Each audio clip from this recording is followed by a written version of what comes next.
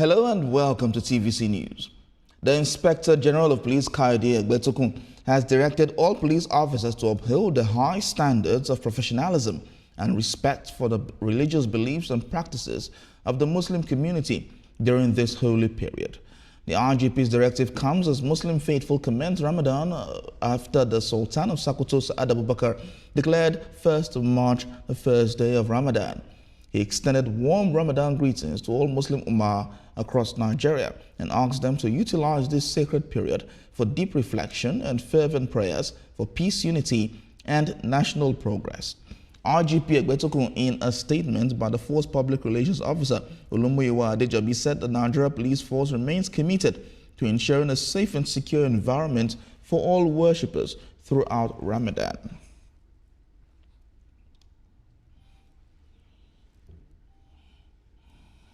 In other news now, the National Commission for Refugees, Migrants and Internally Displaced Persons has relocated over 300 internally displaced persons in 40 households to a newly constructed resettlement city in Kefi local government area of Nasarawa State.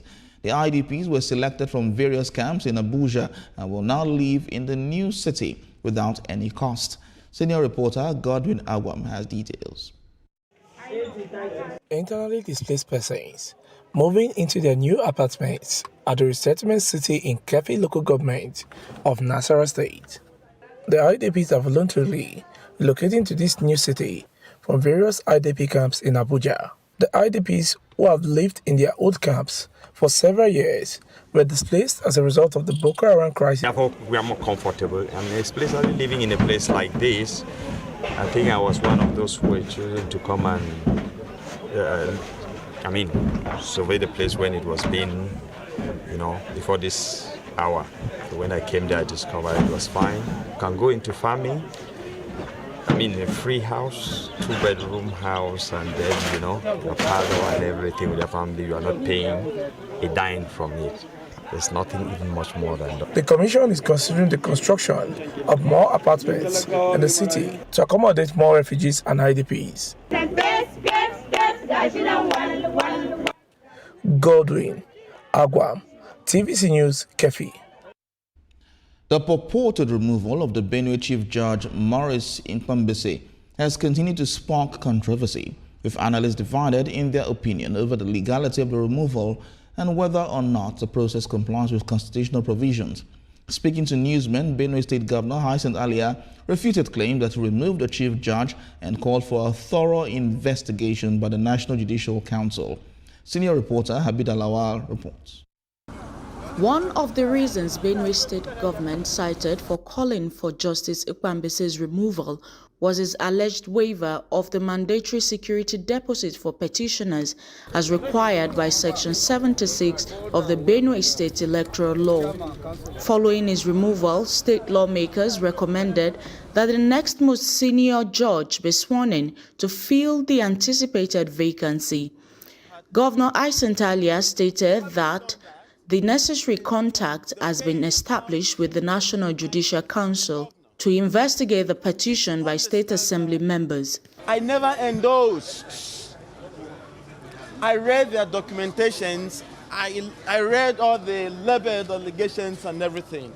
But this was not endorsed for the removal and the swearing in of another CJ. Because the procedure had to be followed. I understand the process. So I only had to now send a letter of complaint to the NJC. A number of people are failing to take cognizance of that narrative. But this is a fact of it. Different groups have shared their views on the matter, additionally calling the Attorney General Lateef Fagbemi to initiate an independent probe into allegations of financial misconduct against Justice Maurice Ikpambese. Yes, we agree that there are 3 arms of government. Then the powers will be shared.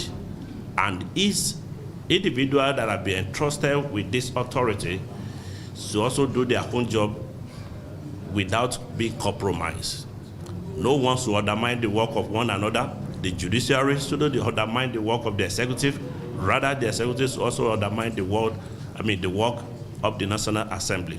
So if there is any misconduct, in any of these arms, I think the agencies that are in charge should also do the right things. There had been several reports of disagreement between the chief judge and the state government. Although the state has taken action on this matter, it is unclear what NJC position will be at the end of the day. Habida Lawal, TVC News, Abuja. The dividends of the ability of legal profession in Nigeria to master the use of digital technologies will benefit the entire population served by the bar. This was among takeovers in a lecture which focused on how digitization has impacted lawyers. Kemi Folade has more. Nigeria is experiencing changes and development as a result of digitization, and the legal profession is not left out. Through the advent of the internet, it has transitioned from the physical work mode, with legal activities gradually utilizing smart tools such as digital law reporting and artificial intelligence for ease of work and reach. Legal practitioners should be on the forefront of leveraging digital technologies.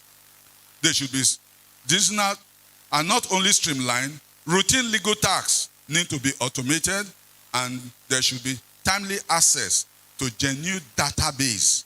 So far, we have not gotten to that optimum. But the NBA has designed a regulation to ensure that the lawyers optimally have got the gains. So I believe in a very short time we'll begin to repeat. Okay, for instance, there's now visual hearing. Before it wasn't so. The judge can deliver judgment in the comfort of the chamber, and then parties listening from wherever they are in the world. So that's an advancement. Yes, it might be slow, but we cannot say that we are not making progress. But observers say there is need to balance tradition with transformation. They also advocate that more lawyers should imbibe fairness and efficiency while delivering e-legal solutions. While the digital age may regulate where we practice, how we practice and in how we behave in doing the practice are regulated by laws that govern our profession. And those laws are applied strictly to punish those who deviate from them. And so we must always stand up because we are members of a noble profession. You still, as a human being, still have to operate the AI. So I believe strongly that all you need to do, continue to do research, continue to think out of the box, continue to go for lectures, symposium, fora, and all those things. And then at the end of the day, you will fit in, even if AI is taking a lot of jobs. We have to be specific when we are using those AI instruments or those already programmed documents that are there. We need to be specific to the needs of our clients. Experts are also seeking continuous digital training for present and aspiring lawyers to keep up with the demands and convenience of the digital space while ensuring ethical standards are upheld. Kemi Folade, TVC News, Lagos. Prices of essential consumables in the market have taken a surprising turn, with some goods experiencing a significant drop while others continue to soar. TVC News senior reporter Rafiu Hamid visited some markets in Osogbo and now reports. Since 2023, the prices of consumables have skyrocketed, largely attributed to the removal of the fuel subsidy. Regrettably, this development has reduced the purchasing power of Nigerians and increased inflation. However, in recent weeks, the country has witnessed a notable reduction in food prices. This was confirmed at Orisumbari, Igbona, and MDS markets, all in Osogbo, the Osun State capital, where prices of rice, beans, and cooking oil have dropped. The price as at last year, the price was so high, but now, as we are talking, some prices have been coming down, especially the semofita, the price of beans, the price of semo, the price of spag. Those ones have been reducing. While traders appreciate the drop in prices of some commodities, they also express concerns about the rising cost of other essentials. Market price has been fluctuating since last year. If we buy something at a particular amount today, by tomorrow, the price will have changed. 2 weeks ago, the price of rice come down, but as we are talking now, we have scarcity of rice now, and the price is going up. This development has forced both consumers and traders to adjust to the unpredictable market trends. They remain hopeful for a more stable pricing system that ensures affordability and sustainability in the long run. The price is normal. It wasn't like before. For example, the rice was 90 something before, but today it was 85. An economist, Olayinka Njus, stated that the reduction in food prices is a result of federal government policies, particularly its focus on agriculture. And encourage our people not to see that we play politics with everything. Remember what I said. When you are buying, you want prices to go down. When you are selling, you want prices to go up. That's what happens in ordinary basic economics. But holistically, I repeat, things are getting better. He also encouraged Nigerians to venture into farming. Rafiu Hamid, TVC News, Osogbo.